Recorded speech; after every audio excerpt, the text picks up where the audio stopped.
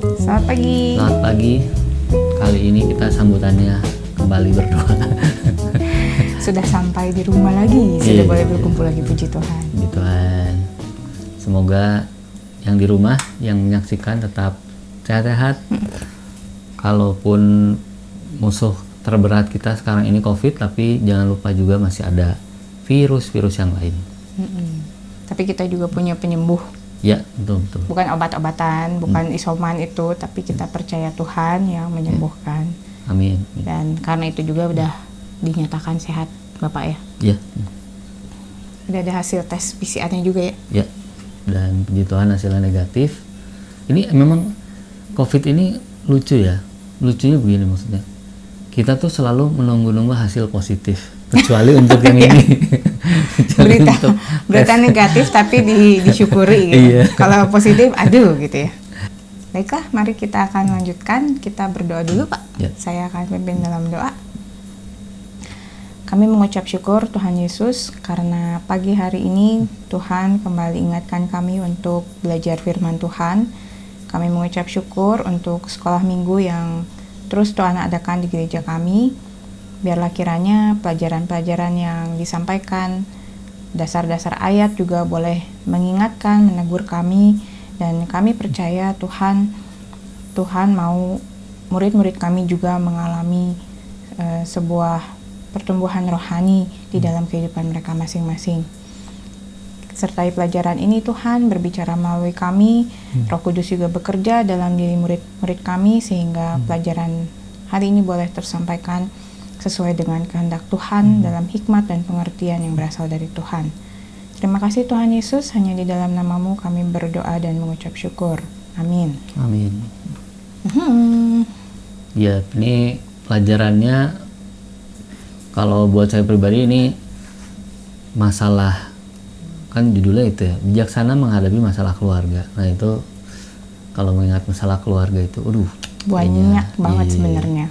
Iya banget, dan apa yang disampaikan di buku sepertinya akan lebih baik dari itu sih ya. Iya, sebenarnya kita juga agak kaget sih waktu lihat judulnya gitu karena kompleks sih, setiap keluarga akan punya masalahnya masing-masing. Bahkan bukan cuma setiap keluarga, setiap anggotanya juga mungkin punya masalah masing-masing. Jadi apa yang kita sampaikan nggak mencakup semua permasalahan. Iya. Ini belum ditambah kompleksitasnya, itu belum ditambah dengan kalau satu persoalan yang muncul ternyata ada relasi dengan persoalan-persoalan lain gitu. Yang sering kali terjadi kayak gitu. Tapi kita mungkin bahas beberapa hal, kita kasih ayat untuk jadi mungkin solusi dari persoalan yang dihadapi, dan kita percaya bahwa Tuhan terus bekerja dan Roh Kudus memberi inspirasi juga. Tapi kembali lagi ya teman-teman, kami bukan menghakimi, kami memberi pandangan Alkitab gitu ya. Nah, keputusan kalau misalnya teman-teman merasa masalah yang kita bahas nanti relate misalnya, tetap kembali keputusan teman-teman, tapi kami harap setiap keputusan diambil dalam doa, bukan atas emosi sendiri. Iya. Kita mulai yang pertama kali Pak ya. Ya. Jadi yang pertama itu ada persoalan cukup klasik. Beberapa keluarga ngalamin, saya nggak tahu di teman-teman seperti apa, tapi ada persoalan ini, gap komunikasi gitu ya, jurang komunikasi antara orang muda dan orang tua. Itulah. Itu selalu terjadi antar generasi, dan dulu orang tua kita juga ngalamin hal itu dengan kakek nenek. Iya, betul. Dan mereka juga kakek nenek ngalamin dengan, jadi selalu ada gap antar generasi itu. Nah, dan kondisinya memang orang tua pasti lebih berpengalaman, sudah nyobain ini, jatuh di yang sehingga mereka biasanya nggak mau anak-anak jatuh di tempat yang sama gitu, kesalahan yang sama. Terus juga yang jadi persoalan itu saking sayangnya orang tua pada anak, terus jadi nakut-nakutin anak. Was lo ya, jangan gitu loh. Mau kayak gitu, nanti gini. Kamu bodoh banget gitu ya. Pakai dimaki-maki anak tuh. Ada yang begitu, saya nggak tahu teman-teman akan ngalamin kayak gimana. Tapi berharap tidak ada yang sebetulnya sih nggak yang negatif gitu ya. Karena kan Alkitab ngajarin bahwa yang namanya orang tua harus ngajarin anak-anak dengan kasih juga gitu. Dan di sisi lain anak-anak kadang merasa di usianya itu, apalagi udah pemuda nih ya, udah merasa cukup dewasa juga. Bahkan dari remaja ya Iya. udah ngerasa gede. Itu aduh apa ya, orang tua tuh kolot gitu ya, kayak gitu-gitu deh. Jadi itu yang bikin nggak tahu itu gitu. Aduh, jurang komunikasi tuh makanya selalu ada. Sebagaimanapun kami orang tua berusaha menjadi teman untuk anak, ada hal-hal yang nanti tetap clash ya. Ya. Gitu. Tetap ada clash dan ada semoga sih nggak jadi crash ya. Itu. Nah, kalau saya sih kembali menyoroti ke ayat yang beberapa waktu lalu kita bahas terus ya, dari Efesus itu. Untuk anak-anak selalu ada di kitab Efesus 6 ayat 1 sampai 4 ya. Iya. 1 sampai 3 sih. Bisa saya bacakan ya. Bacakan ya. Hai anak-anak, taatilah orang tuamu di dalam Tuhan, karena haruslah demikian. Hormatilah ayahmu dan ibumu. Ini adalah suatu perintah yang penting, seperti yang nyata dari janji ini, supaya kamu berbahagia dan panjang umurmu di bumi. Iya, jadi ya mungkin kalau teman-teman ngerasa, aduh klise banget, tapi itu dasarnya. Betul itu dasar. Iya, jadi kita memang harus mentaati, menghormati orang tua. Karena seperti yang tadi dibahas di depan Pak Arsyendi, mereka punya pengalaman, mereka juga punya hikmat dari Tuhan. Nah, sebaliknya kalau dari sisi orang tua sih, kalau saya mau kasih lihat dari Ibrani 12. Oke. Sebenarnya dari ayat 5 sih, kalau di Alkitab ya, dari ayat 5 sampai 11. Nah, misalnya gitu ya, di ayat 5 ini sebenarnya diambil dari Amsal juga. Penulis Ibrani ini mengutip dari Amsal 3 ayat 11. Dibilangnya, hai anakku, janganlah anggap enteng didikan Tuhan dan janganlah putus asa apabila engkau diperingatkannya. Ayat 6-nya, karena Tuhan menghajar orang yang dikasihinya dan ia menyesah orang yang diakuinya sebagai anak. Jadi orang tua juga memang ketika mendidik, mengajar, memang mungkin menimbulkan bukan luka ya, apa ya, ya hal yang tidak disukai anak ya. Tapi itu harus ya. Sesuatu yang diajarin ke kita, terus kita harus terima itu, kayaknya memang agak berat ya. Dari sejak awal jatuh dalam dosa kan didisiplin tuh sama Tuhan, itu berat tuh kita ngadepinnya. Manusia berat ngadepinnya. Dan kita juga punya keserupaan itu. Begitu diajarin, dilurusin itu, aduh. Iya. Nggak enak gitu, merasa ditegur, mungkin ada malu di situ. Nah, tapi satu hal yang diperintahkan di sini itu memang orang tua harus mengajar anaknya. Nggak boleh karena sayang supaya saya nggak ribut sama anak, terus saya biarin aja dia semaunya gitu. Jadi maaf ya teman-teman, selama teman-teman masih jadi anaknya orang tua, ya akan ada, ya itulah. Iya. Kalau saran dari kita, telan aja. Kembali ke Efesus itu kan nanti ya. Nah, kan ada waktunya orang tua juga bisa terima masukan, tapi bukan berarti waktu dikasih tahu dibantah gitu ya. Itu yang biasanya persoalannya itu dari itu ya. Orang tua ngerasa nggak dihargain, anak ngerasa orang tua nggak tahu apa-apa. Iya. Jadi semakin dewasa teman-teman harus juga melihat dua sisi itu. Kalau bisa melihat dua sisi, dijamin seperti judul gitu ya, menjadi bijaksini itu. Menjadi bijak kan nggak kesana nggak kesini. Nah, memang yang mungkin kalau teman-teman pernah baca gitu ya, itu kayak Daud, Imam Eli itu karena ketidakmampuan mendidik anak-anaknya, mereka itu sebetulnya juga kena hukum Tuhan, kena marah gitu ya. Jadi kalau orang tua mendidik itu bukan semata-mata karena kewajiban mereka punya anak, tapi memang itu apa ya, amanat Tuhan ya, mandat dari Tuhan. Gitu. Emang Daud salah apa? Daud salah ngajarin anak-anaknya. Dia nggak mendisiplin anak-anak, sehingga ada perpecahan di dalam keluarga. Absalom berontak, yang juga pendeta gitu.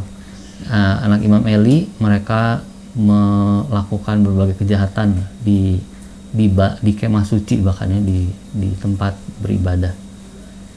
Oke, yang persoalan selanjutnya Bu, yang lumayan up to date juga gitu ya, adalah persoalan dengan lawan jenis yang bukan seiman. Nah, ini dia. Apa istilah LDR-nya tuh? Long distance religion. Long distance. Iya, different religion pokoknya. Iya, gitulah, gitu. Gimana ya? Itu beratnya tuh yang pasti karena kita lagi mengikuti bukan pimpinan Tuhan pastinya. Itu pasti lagi mengikuti pimpinan diri kita sendiri. Bisa dijamin lah itu. Memang mungkin susahnya gini ya Pak. Kalau saya agak beruntung bisa sekolah di lingkungan yang banyak teman-teman seiman misalnya gitu ya.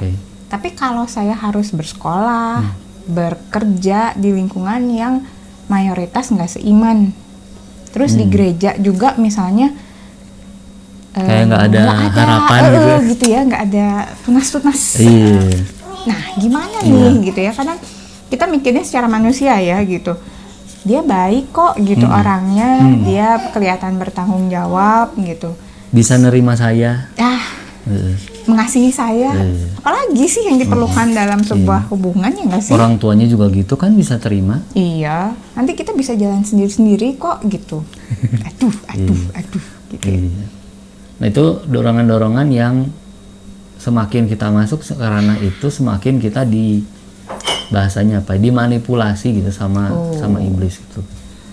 Di 2 Korintus 6 ayat 14-15 dibilang, janganlah kamu merupakan pasangan yang tidak seimbang dengan orang-orang yang tak percaya.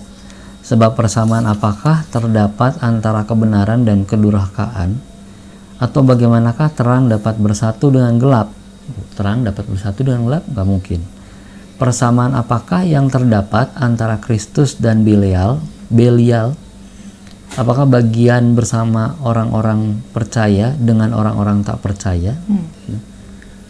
Jadi teman-teman, kita ngelihat bahwa dasarnya jelas ada perbedaan, dan sebelum perbedaan itu jadi sama, sebelum si calon pasangan itu masuk ke dalam gereja, jangan diterima. Saya bukan mengapresiasi sih, tapi self defense-nya Bu Vijin waktu zaman dulu itu, buat saya sih itu salah satu proteksi yang Tuhan tanamkan. Diajak ngobrol di awal tuh kakunya luar biasa gitu. Tapi dia juga lihat bahwa ini siapa, orang ini siapa. Bukan soal fisiknya yang kurus kering dan gigi hitam kan gitu. Tapi soal dia di dalam gereja enggak, dia datang ke gereja sekali-kali gitu. Dan itu jadi salah satu self defense-nya, itu yang Tuhan tanam sebetulnya, kewaspadaan untuk melihat calon pasangan gitu ya. Kalau yang sudah berpasangan dengan yang seiman sih saya terus dukung. Dan kalau saya sih boleh tambahin standarnya ya, mungkin seiman, di Alkitab disebutnya kan seiman tadi ya, bukan seagama. Jadi hati-hati teman-teman, kalau hanya sekedar seagama tapi dia tidak menghidupi iman Kristennya, saya nggak bisa bilang itu lebih baik loh gitu.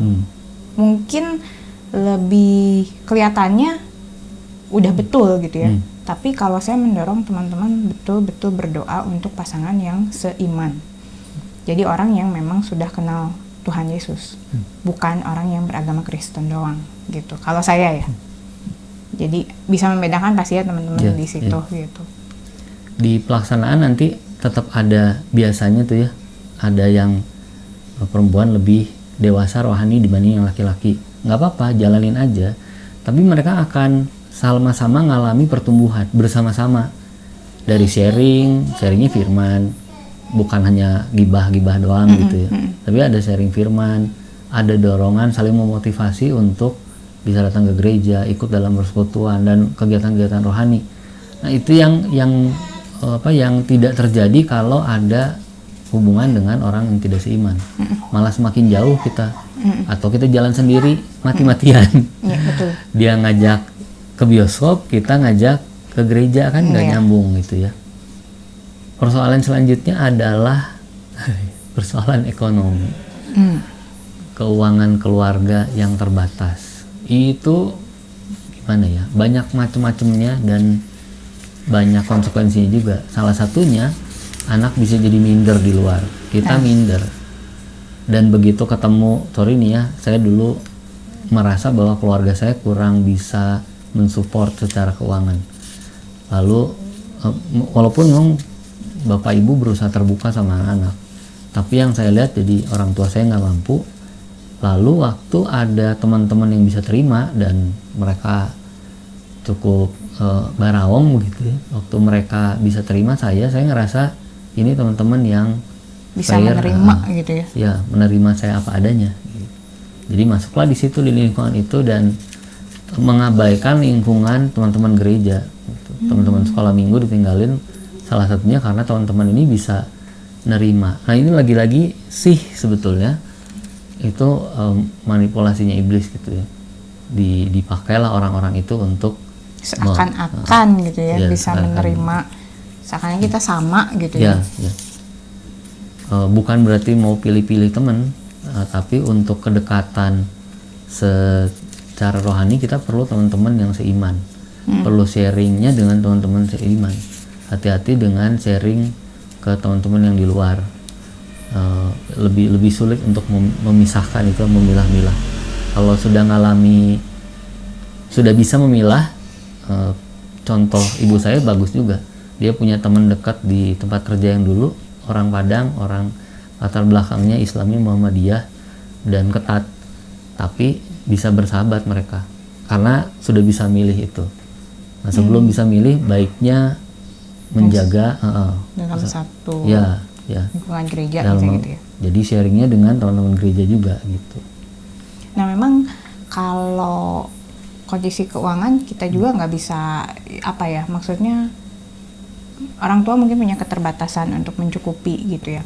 Tetapi satu janji Tuhan, kalau teman-teman udah hafal juga Matius 6 ayat 25 sampai 34 itu pasti udah hafal gitu ya. Jangan khawatir karena Tuhan memberi ilustrasi pemeliharaan terhadap burung, terhadap bunga gitu ya. Nah, ada satu ayat lagi yang saya juga mau bagikan. Ini dari Filipi 4 ayat 19. Oke. Saya bacakan ya. Allahku akan memenuhi segala keperluanmu menurut kekayaan dan kemuliaannya dalam Kristus Yesus. Jadi sebagaimanapun mungkin kita merasa keuangan keluarga kita kurang gitu ya, bukan hanya terbatas mungkin, tapi satu hal yang kita percaya, pemeliharaan Tuhan akan tetap mencukupi. Amin. Ya. Tapi memang masalahnya kadang kita nggak bisa lihat ya di saat itu. Kami pun ada pergumulan ekonomi juga ada gitu. Dan di saat menghadapi itu kayak yang, aduh, kok kayaknya sana kurang, sini kurang gitu ya. Tapi setelah dilewati, kami juga bisa melihat nggak pernah tuh kita sampai benar-benar kekurangan yang sampai harus meminta pertolongan sampai gimana gitu ya. Batas itu ambang cukupnya itu beda-beda juga kan? Iya, itu betul.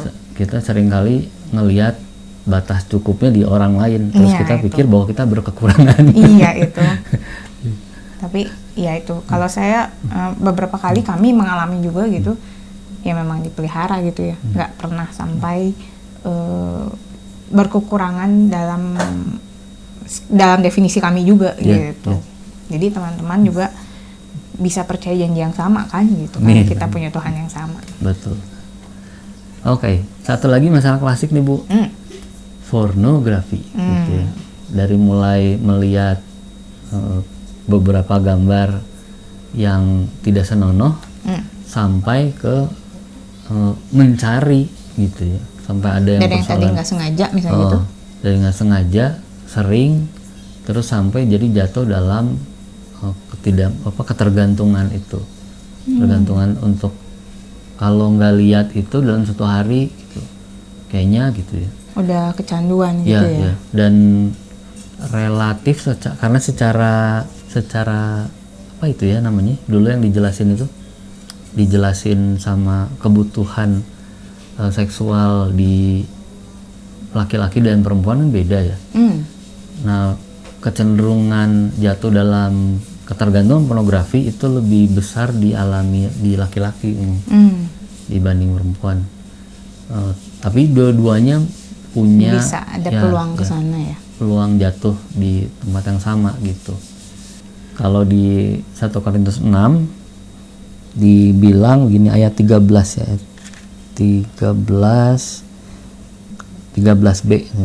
Tetapi tubuh bukanlah untuk percabulan, melainkan untuk Tuhan dan Tuhan untuk tubuh. Ayat 16. Atau tidak tahukah kamu bahwa siapa yang mengikatkan dirinya pada pertempuran cabul menjadi satu tubuh dengan dia? Sebab dengan demikianlah kata Nas keduanya akan menjadi satu daging. Ini persoalan kemudian setelah orang jatuh dalam pornografi lalu mereka melakukan hal-hal yang melebihi dari itu ya, hubungan seks di luar nikah dan lain-lain. Juga ayat 18, jauhkanlah dirimu dari percabulan. Setiap dosa lain yang dilakukan manusia terjadi di luar dirinya itu. Tetapi orang yang melakukan percabulan berdosa terhadap dirinya sendiri. Itu bisa dikekang, tapi tidak dikekang. Dan memang kalau dikekang dengan kemampuan sendiri, ada batasnya. Tapi dengan pimpinan Tuhan, harus selalu dengan pimpinan Tuhan.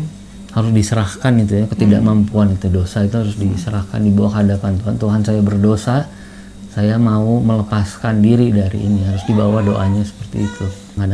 Kadang-kadang kita tidak merasa kita terbelenggu gitu. Kita merasa bisa kok saya mengendalikan. Saya masih batas wajar misalnya gitu ya, walaupun standar wajar balik lagi beda-beda. Nah, tetapi memang itu juga balik ke manipulasi si iblis. Sedikit demi sedikit, sedikit demi sedikit, sampai akhirnya kok kita bingung sendiri, kok udah sejauh ini ya saya gitu. Kok saya udah nggak bisa ya mengendalikan. Pornografi yang dilihat sekali, misalnya dia dibatasi sebulan sekali, itu sama dengan orang yang ngerokok seminggu sekali. You do that sin gitu ya. Tetap aja gitu. Berdosa, mau dilakuin sekali atau itu. Nanti akan diulang lagi. Oh, bulan kemarin udah. Di bulan depan gitu. Dosis bisa naik. Itu selalu gitu dah. Itu mah udah triknya biasa, triknya si penyesat memang begitu. Nah, tapi bukan berarti terus kalau udah kayak gitu teman-teman jadi aduh saya udah berdosa, saya udah terlalu jauh nih. Tuhan juga udah saya aja nggak bisa ngendalin diri. Gimana mungkin Tuhan mau terima saya? Itu juga kebohongan yang dibuat si penyesat. Tuhan nggak pernah membatasi dosa seseorang itu maksimal di sini atau minimal di sini gitu. Satu dosa buat Tuhan udah berdosa, banyak dosa tetap dosa juga gitu di mata Tuhan. Dan tetap diterima. Nah, itu kalau orang yang bertobat ya. Berita baiknya begitu. Jadi teman-teman yang mungkin mengalami hal ini atau tahu ada teman yang mengalami hal ini, ya jangan berhenti hanya di menyesali diri, kembali sama Tuhan. Sebenarnya ada banyak sih masalah-masalah lain, tapi balik lagi kalau dibahas satu-satu kami pun nggak kebayang gitu. Tapi kalau teman-teman ada yang mau ngobrol, sharing sama kami boleh. Kalau masalahnya terlalu pribadi, ya japri aja, jangan di grup kelas misalnya gitu ya. Dan kami akan bantu mendoakan kalau kami nggak bisa bantu langsung. Dan kami percaya Tuhan yang bekerja dalam diri teman-teman. Gitu? Begitu. Terima kasih teman-teman. Terima kasih. Tetap jaga kesehatannya. Sekali lagi karena bukan hanya virus COVID yang ada di luar itu, tapi yang lain juga ada. Ada beberapa yang waktu itu kena DB. Oh, ya itu juga hati-hati.